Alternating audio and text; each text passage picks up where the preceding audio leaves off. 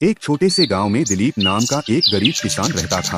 उसका घर मिट्टी का बना हुआ था, छत पर खपरैल लगी थी और आंगन में एक छोटा सा तुलसी का पौधा था। दिलीप अपनी पत्नी सीता और दो बच्चों मोहन और राधा के साथ रहता था। दिलीप बहुत मेहनती और ईमानदार इंसान था।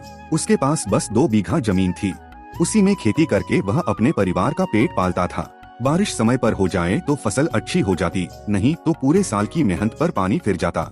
लेकिन गरीबी के बावजूद उनके घर में एक चीज कभी कम नहीं थी, भगवान शिव पर अटूट विश्वास। हर सुबह सूरज निकलने से पहले दिलीप और उसकी पत्नी स्नान करके शिवलिंग के सामने दीपक जलाते।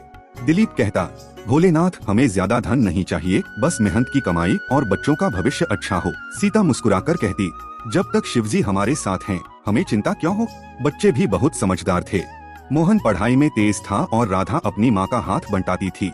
गरीबी के बावजूद दोनों कभी शिकायत नहीं करते।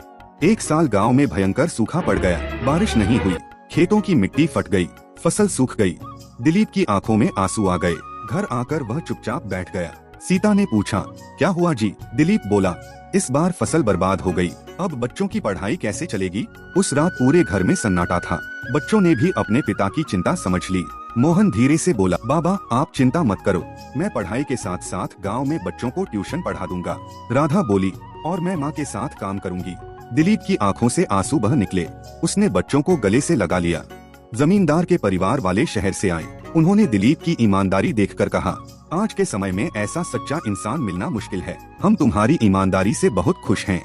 उन्होंने इनाम में दिलीप को कुछ पैसे दिए और उसके बच्चों की पढ़ाई का पूरा खर्च उठाने का वादा किया। पूरा गांव दिलीप की तारीफ करने लगा। उस दिन दिलीप और सीता मंदिर गए। दोनों की आंखों में खुशी के आंसू थे। दिलीप बोला, भोलेनाथ आपने हमारी परीक्षा ली और हमें संभाल भी लिया। मंदिर की घंटियां बज उठीं, जैसे शिवजी स्वयं आशीर्वाद दे रहे।